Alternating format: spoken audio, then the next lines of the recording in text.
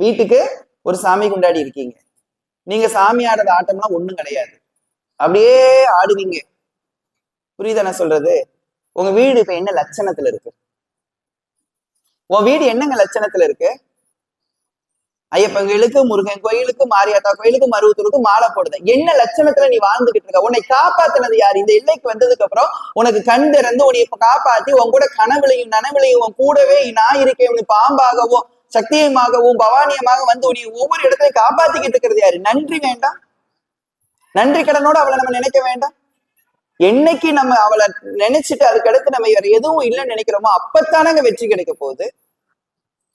என்ன சொல்லியிருக்காங்க? பாஞ்சாலி சேலை உருவுனாங்களா இல்லையா? காப்பாத்துங்க காப்பாத்துங்கன்னு சொன்னாங்க. யார் காப்பாத்துனாங்களா? கிருஷ்ணா காப்பாத்துன்னு எல்லாத்தையும் விட்டுட்டு கையை தூக்குனா, அதுக்கப்புறம் தான் காப்பாத்தப்பட்டான். அது மாதிரி நம்ம எப்பொழுது எல்லாத்தையும் விட்டுட்டு ஒரு தெய்வத்தை இருக்க கைப்பிடிச்சு காப்பாத்துன்னு சொல்றோமோ அப்பதான் காப்பாத்தப்படும். மனசுக்குள்ள எண்ணற்ற எண்ணங்களை வச்சுக்கிட்டு இருக்க கூடாது. உங்க குருநாதரை பார்த்துட்டு இருக்கீங்க, உங்க குருநாதரையே நீங்க பார்த்து வழி நடங்க. நீங்க வேற யாரையும் பார்த்து வழி நடக்க வேண்டாம். உங்க குருநாதரை பார்த்தே வழி நடங்க, வேற யாரையும் பார்க்க வேண்டாம். தெரியணும், எல்லா விஷயமும் நமக்கு தெரிஞ்சிருக்கணும். நம்மளோட மனசு வந்துட்டு எல்லாத்து மேலே ஈர்ப்போட இருக்கணும். ஆனா நம்ம என்ன பண்ணிக்கிட்டு இருக்கோம்? ஒரு வேலை தெரிஞ்சா அந்த வேலைக்குள்ள மட்டும்தான் உட்கார்ந்து இருக்கிறோம். அந்த வேலை சரியில்லைன்னா பாக்குறது கிடையாது.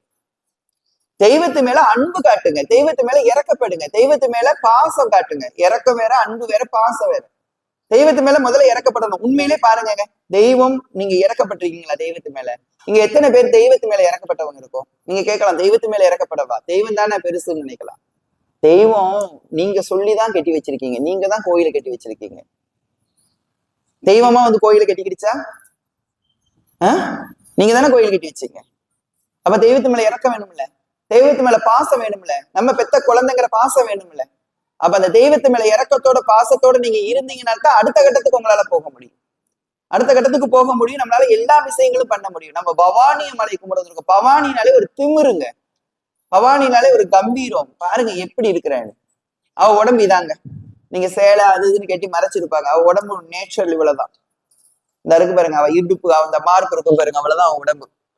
அந்த மாடல் உள்ள அப்படித்தான் இருக்கும். அதுக்கு மேல அப்படியே சந்தனம் கொடுத்துருக்கும், அவ்வளவுதான். இந்த மாதிரிதான் பூ போட்டு மாடல் இருக்கும் உள்ள. கீழே பீடம், இவ்வளவுதான் அவ. குறை உடம்புன்னு சொல்லுவாங்க அவ. ஆனா பாருங்க, அவ குறை உடம்பு மாதிரியா இருக்கா? இந்த உலகத்துக்கே நான் மட்டும்தான் எஜமானி, இனி தவிர இங்க யாருமே கிடையாதுங்கிற அளவுக்கு இருக்கிற. அப்ப நம்ம கடவுளை கும்பிட வந்த நம்ம ஏன் கண்ணீரோட வாழணும்? தெய்வத்தை கும்பிட வந்தவங்க யாரு ஏன் வேதனையோட வாழணும்? கொஞ்சம் கொஞ்சமா யோசிக்கணும். நம்ம கடவுள் நம்பிக்கையோட நம்ம அம்மாவை கும்பிடும் போது நமக்கு எந்த விதமான கஷ்டங்கள், கவலைகள், துன்பம் இருக்காது.